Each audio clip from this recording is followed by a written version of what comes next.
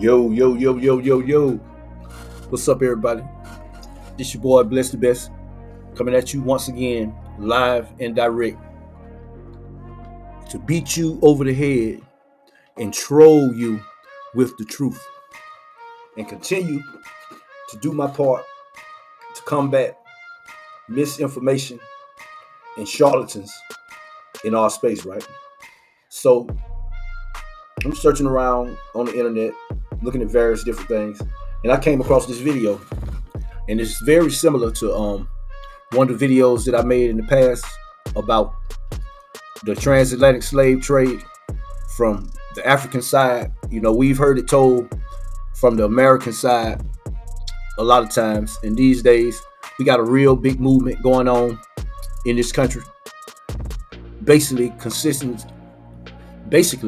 consisting of a lot of people from like the age 30 and under are under the spell of Dane Calloway with his half and misleading information and his slavery denial, which I feel as though is a direct hindrance to foundational Black Americans getting reparations in this country for building this country with all this unpaid labor, right?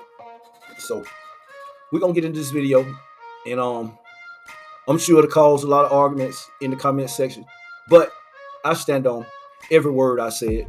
In this video, it's confirming a lot of things that I've said that were theories at the time, but as time goes on, I'm finding more and more evidence to back up my claim. So it's this little short documentary is called Slavery and Suffering: History of Africa with Zainab Badawi. It's like a 20-something part series, and that I'm gonna be going to from time to time to bring out various facts. But without further ado, we'll go ahead and start it.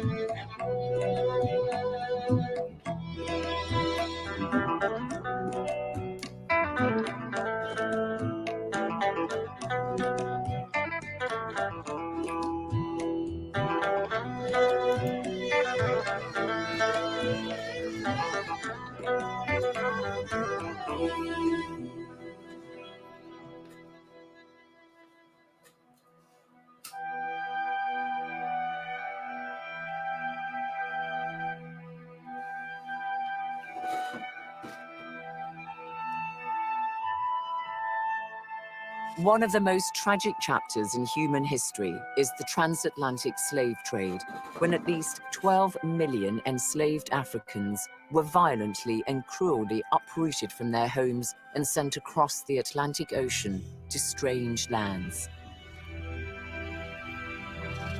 It's thought that as many as 2 million died before they even got there.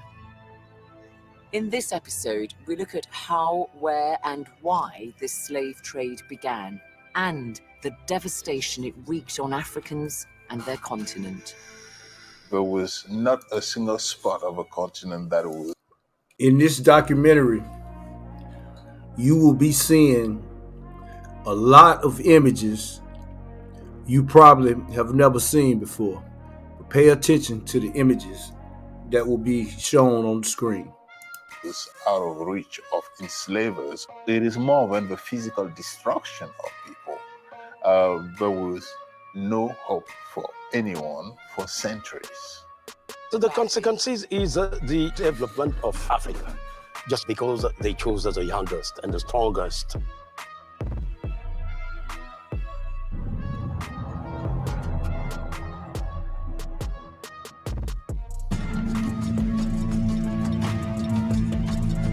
The transatlantic slave trade that existed between the 16th and 19th.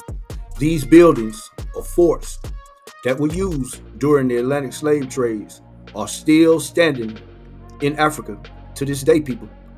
These buildings that they used for the non-existent transatlantic slave trade are still standing to this day, people. Centuries was as catastrophic as it was extensive.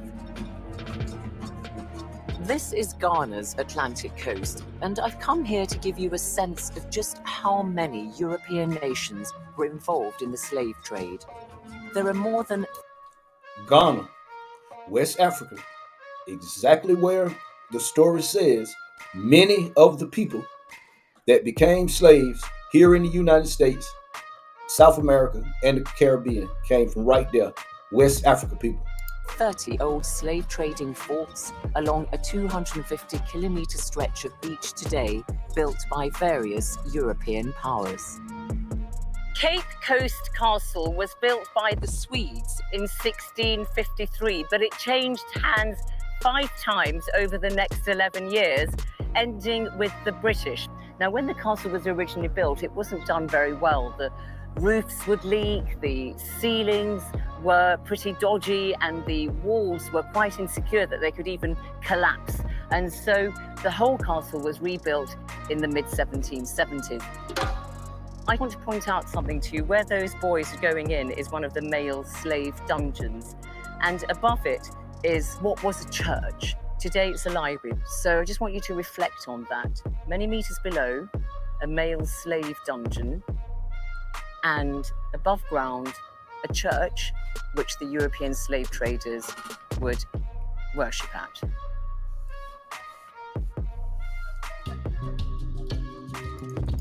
We were enslaved under the flag and the cross for financial reasons. Finances drove this whole process. So let's walk through it. Much has been written about the experience of enslaved Africans in Europe and the Americas, but less about what slavery meant for Africa. First, it's important to understand that the Europeans were not the first to trade in enslaved Africans.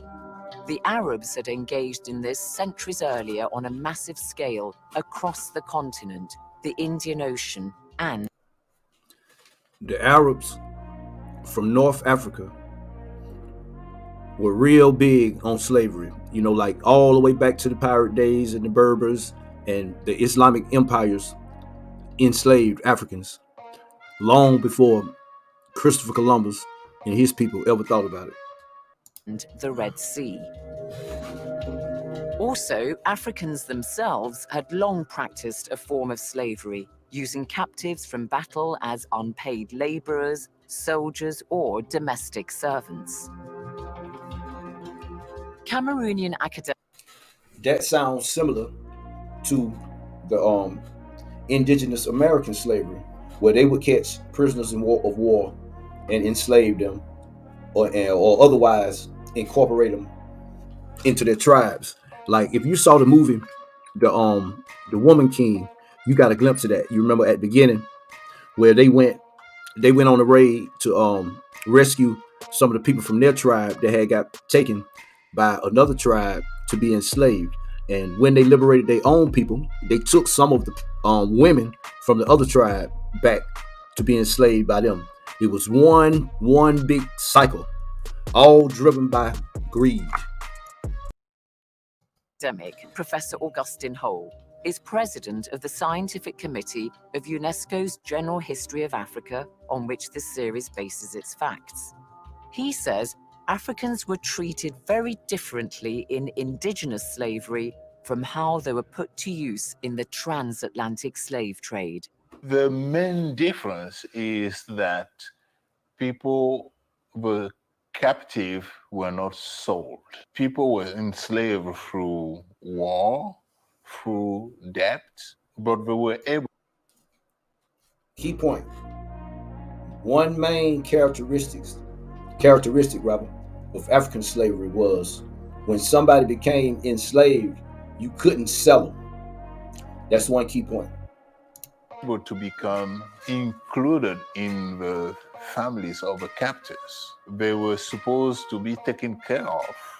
It doesn't mean that they have a wonderful life, but they couldn't be sold to somebody else. They were slaves of these families, and they were doing the work for this family. That's really the major difference. So they were deprived of freedom, of course. They would have to work for the masters or for a mistress, but they were not a commodity. But Professor Perry says indigenous slavery helped enable the transatlantic trade. In fact, when you talk about what became the slave trade, it was something that was benefited from the internal African slavery itself, the system as it existed, because those are people that became the first targets of. I can see the Calloway clan right now when they watch this video. They can be like, man, them people lying, man. They paid them to say that, this and that. You people have been duped by a charlatan. People to be sold as slaves, because it was difficult to sell people from your own village as slaves. So it was these people that had been conquered because they were weak, and then you easily sell them. Ghanaian professors Akosua Perby and Essie Sutherland Addy are two of the most prominent academics in Africa on slavery. There's always been an indigenous internal aspect of slavery, and then there's been an external aspect of slavery. And the indigenous aspect had to do with the need for labor, mainly for the farms, for the mines, for the fisher folk, and so on. And then also what made the indigenous slavery a bit peculiar was that people also needed slaves as wives. There's always been an indigenous internal aspect of slavery, and then there's been an external aspect of slavery. And the indigenous aspect had to do with the need for labor, mainly for the farms, for the mines, for the fisher folk, and so on. And then also what made the indigenous slavery a bit peculiar was that people also needed slaves as wives.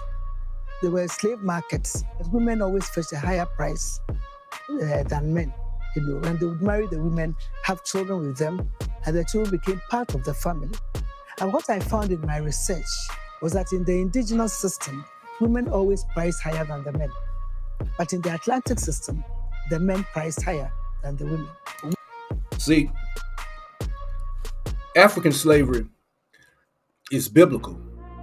It was slavery in the Bible among Israelites, and it was strict rules to it that made it more humane. It was at the end of the day, it was part of the economy, but there were rules to it. It was a number of years. It was rules of how you treated the people that would be slaves. It was rules to it. When the European became involved in slavery, that's when it evolved into the brutal chattel system that was used throughout the Caribbean and the Americas. Contrary to what any charlatan may tell you, that's the truth. Women, mainly in Africa, were needed for marriage and to help with household chores. The men were needed to go and do their back-breaking labors across the Atlantic. And also, I suppose, the internal slave system, they were not accorded an inferior status simply because of the race that they belonged to. No, it wasn't a question of race. It was a question of who had power over who, prisoners of war, people who were exchanged for ritual purposes, various reasons. Slave system, they were not accorded an inferior status simply because of the race that they belonged to. No, it wasn't a question of race. It was a question of who had power over who, prisoners of war, people who were exchanged for ritual purposes, various reasons. They coming in. In olden times, the world didn't operate on race, like black and white race. It operated on families, clans, and lineage, houses.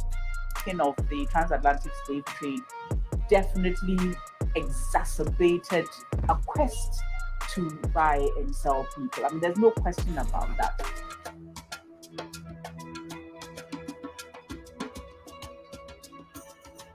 To find out about the origins of the transatlantic slave trade, I make my way to Senegal, where the biggest ethnic group are the Wolof. I'm invited to join local women from St. Louis for a traditional meal, chepuchen, made up of rice, fish, and vegetables. Dane Calloway would tell you, people in Africa, you go to Africa and ask people, they'll tell you they never heard of the slave trade, that it was a lie, it never happened. But somehow, I keep digging up videos of people who have never left the continent of Africa telling you about the transatlantic slave trade. When he brings you some fucking little kid looking like Kodak Black talking about his coon ass parents didn't tell him nothing about slavery, so it didn't happen. He had a whole hour-long video of this little Kodak Black looking kid who's over here in America talking all that crazy shit. Oui, non, je mange. Vous n'aimez pas les clous? Non, c'est très bon. The ancestors of these women could have been amongst those who received the first Europeans to arrive in this part of West Africa, Portuguese sailors in 1444. Okay, the Spanish and the Portuguese biblically are one people. You can't tell them apart. They got slight variations in their language, but you can't really tell them apart. Spain and Portugal is the closest two European nations to Africa, and those two nations opened up Africa to the rest of the Europe. And ironically, it was mostly, but not only, those two nations that were conquered by black African Moors, like for the 300 years before Columbus. In 1492, the Spanish and Portuguese expelled the black Jews who were Israelites and the Moors who were Islamic black Africans from the land. All this plays together on a very, very logical timeline. If you come out of that cult for a minute, it's so very easy to see. Portuguese first disembarked on West Africa's Atlantic coast on a small island which they called Ile de Palma. It later became known as Ile de Gore. For the first few years, the Portuguese were trying to find routes from Africa. You see this map?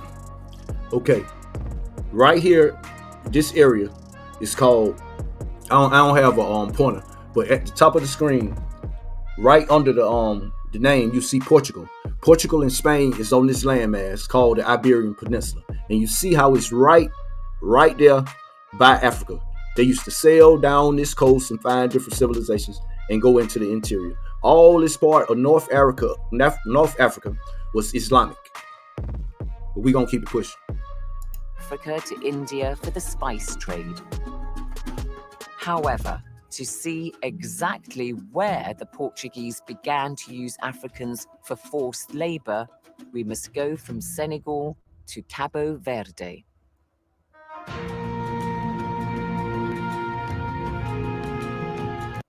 Today, we call this island Cape Verde. That was like a staging point for slavery, a jump off point, as we will see as we proceed with this video.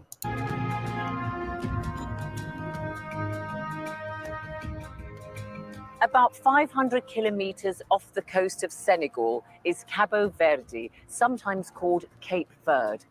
This is made up of 10 islands, all but one inhabited.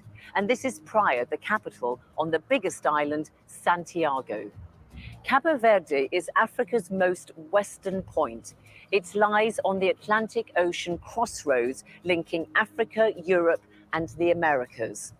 This gave it a strategic position, a significance not lost on the Portuguese. They put the slaves on small boats on the coast of West Africa and sailed them to Cape Verde as a staging point. Just as I mentioned in previous videos. In 1462, around 100 Portuguese and Spanish settlers arrived on this island. It was then uninhabited. They called it Santiago and made it their capital. One of the first Portuguese to come here was Diogo Gomes, and there's a statue of him here.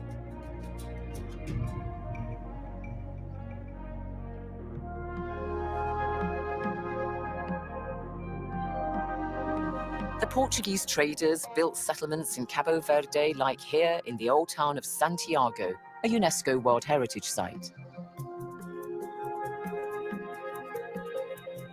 Just off the main square is Rua de Banana, a narrow cobbled road with single-story thatched cottages dating back to the 16th century.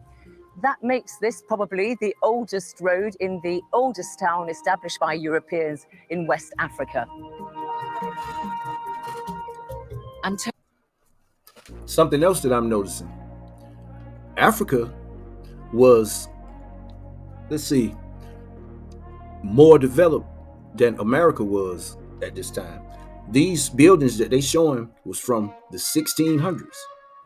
Antonio Montero and his partner Nina Ferreira have lived here most of their lives, and Antonio says his family have owned this house for generations.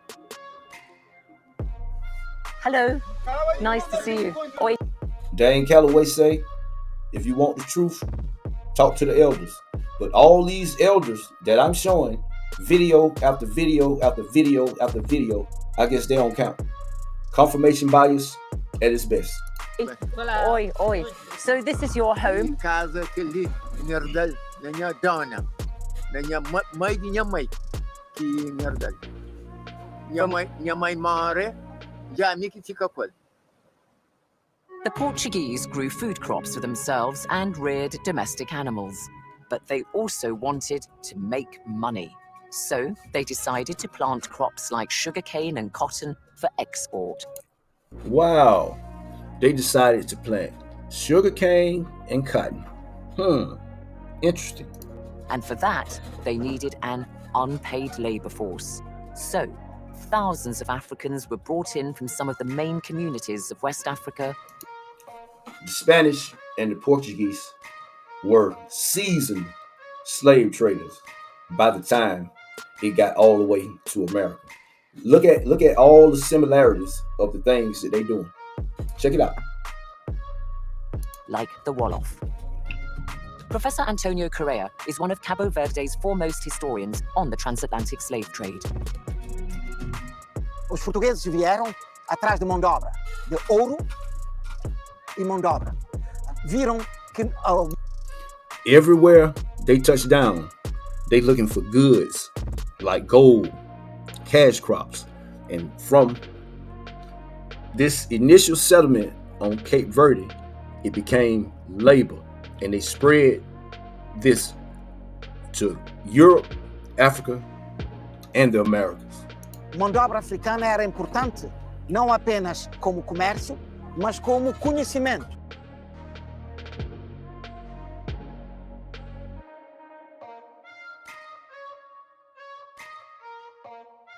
O know-how africano foi muito importante para criar aqui as primeiras plantações, não de sugar, não de açúcar.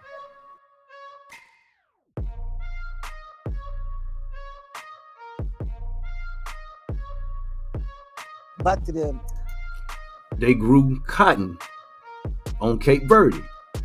Interesting. Mas de algodão.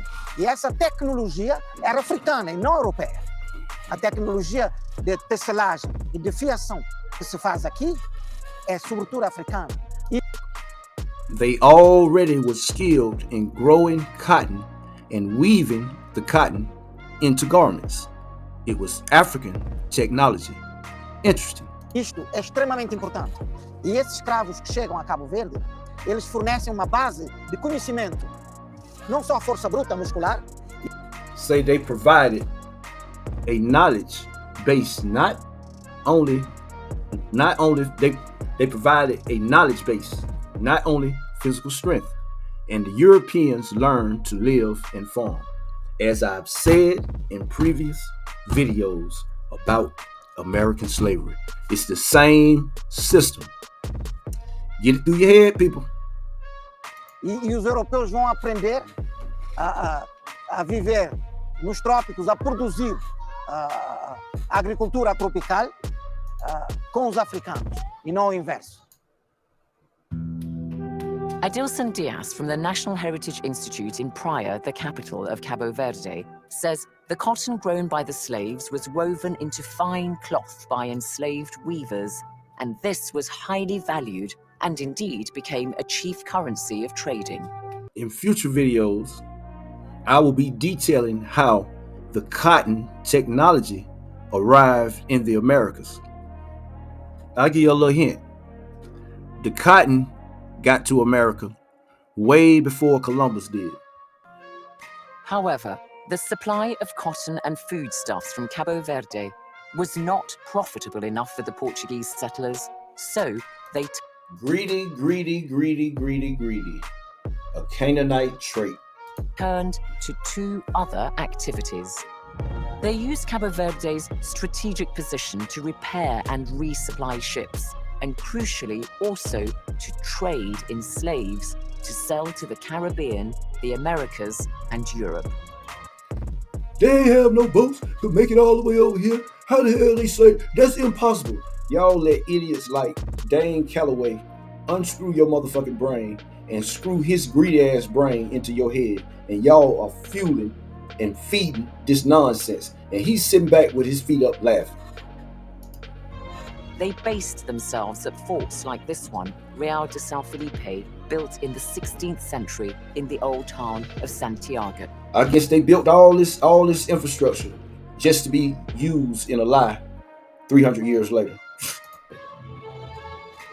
The Portuguese were supplying a market. In fact, there was a high demand of enslaved workers in the Caribbean. The Caribbean was a superpower at the time because of the sugar industry was requiring lots of labor, and the native population was exterminated by forced labor. Okay, right here he said the native population was exterminated by forced labor and enslavement. Yeah, that was true to a certain extent. I don't know about exterminated, I know reduced, and when I do my editing, I'll probably add it to, but I have the documents, first-hand documents that shows when the king decided that the indigenous people of these places in the Caribbean, that's where it started at, weren't suitable for slavery. They really couldn't handle it, and they was on their own land.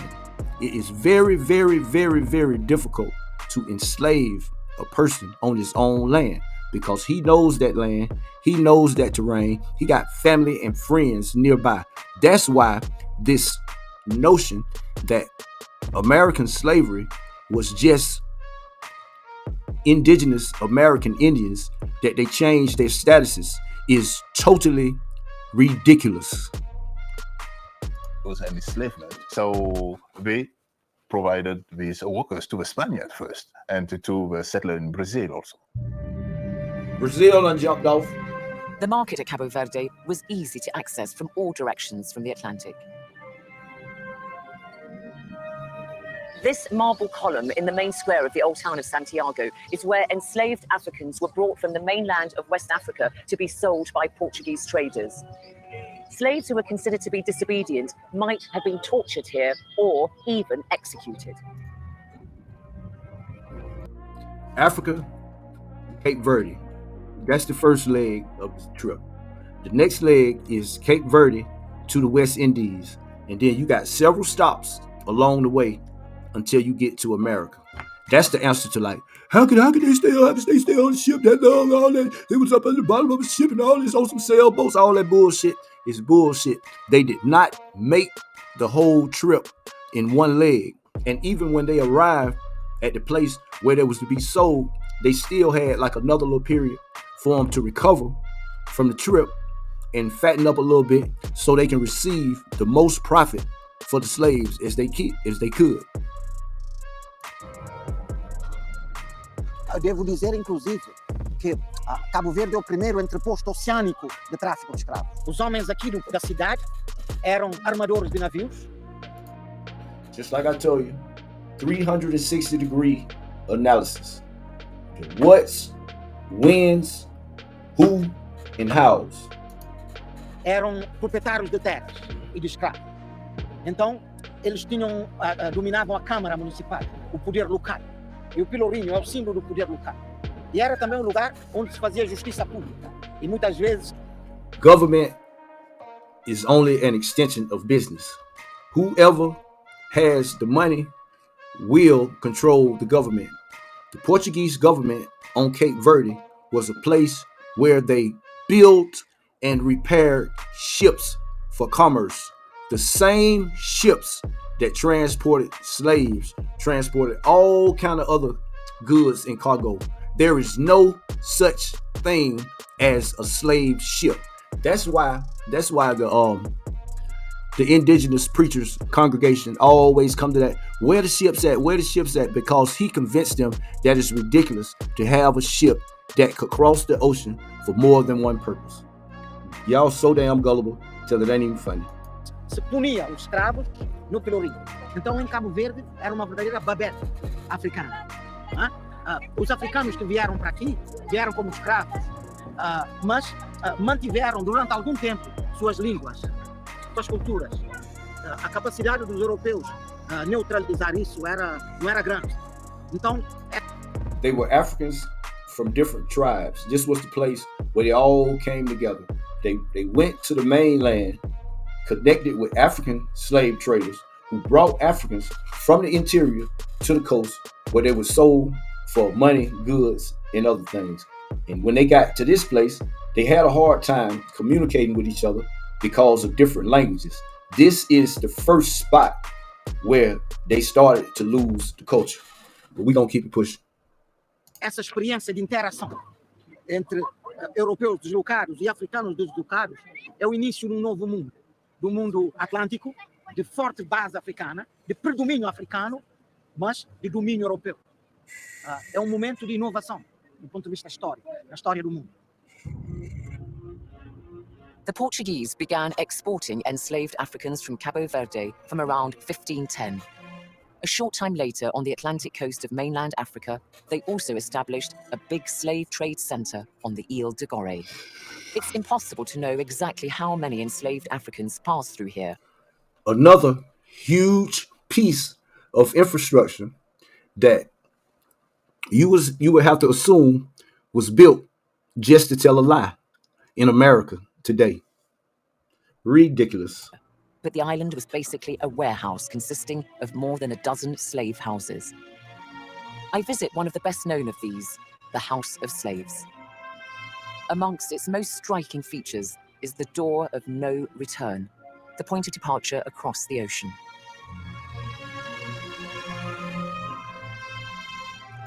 Listen, y'all, ain't nobody come from Africa. This your boy Dane Calloway. To let you guys know that they didn't get nobody from Africa. They didn't get nobody from Africa. The people that came from Africa willingly came over here, not by way of a slave trade. I wish at this point to particularly to apologize deeply on behalf of the chiefs and people of Gold Coast and Ghana for the atrocities, the cruelty, the inhuman treatment that were committed 400 years ago by my ancestors during the Atlantic slave trade. Like, they lying to y'all. Ain't nobody come from Africa. From a 35-year-old fat, failed rapper has duped, I don't want to say millions, but a lot. Got a lot of y'all walking around here talking stupid right now. The director of the House of Slaves, Eloy Colley, has worked here for 3 decades. So when someone come to the House of Slaves, I never didn't see the skin color. It's just a question of heart, finally, to consider that what's happened between 16th until 19th was not a normal thing. The rate was for one slave taken aboard ships to Americas. 6 or 7 other Africans died in Africa as victims of the slave trade for 4 centuries. What are the long-term consequences of that? The consequences is He said, for every one African that was taken as a slave, 6 or 7 died. Let that sink in for a minute.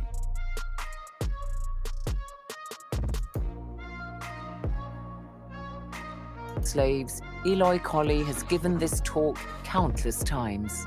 the rate was for one slave taken aboard ships to Americas. 6 or 7 other Africans died in Africa as victims of the slave trade for 4 centuries. What are the long-term consequences of that? The consequences is the development of Africa, just because they chose the youngest and the strongest from Africa to America. And do you believe that this has contributed to the underdevelopment of Africa? Absolutely.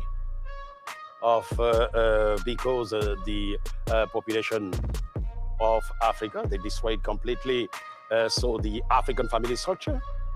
It's the first step. And the second step is in population, in terms of population in Africa. The taking of slaves from Africa for all those years did tremendous damage to the family structure. The same way they destroyed the family structure here. And the youngest. Eloy Colley shows me how the enslaved Africans were divided into different categories.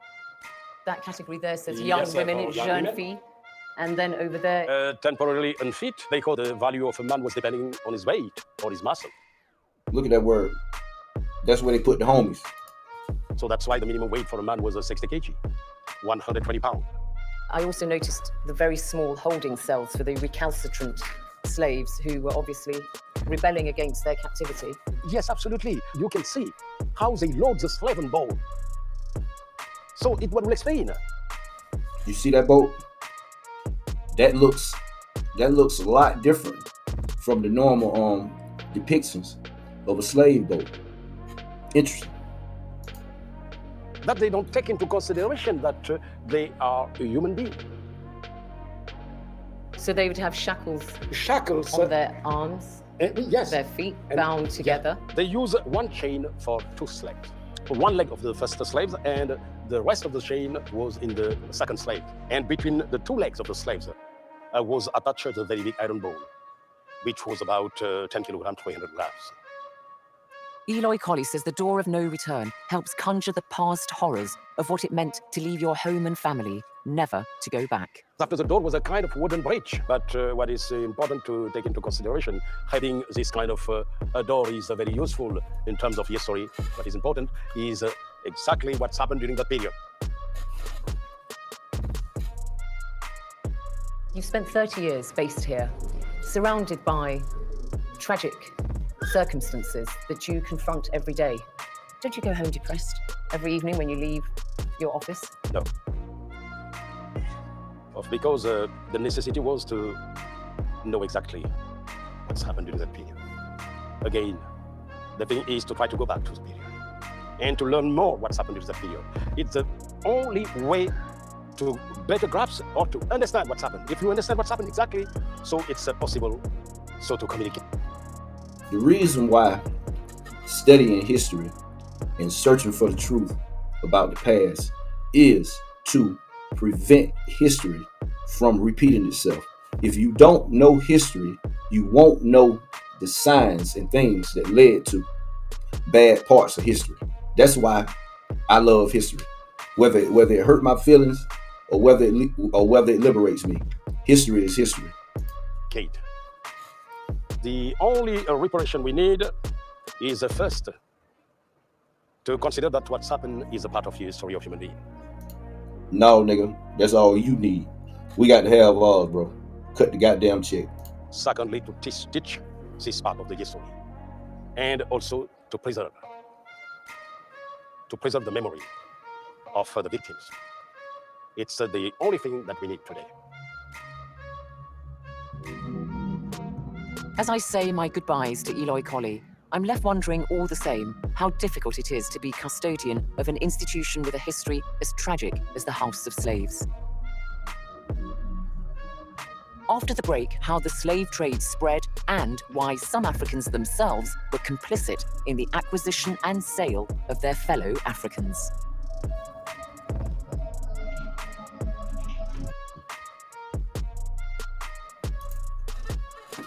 All right.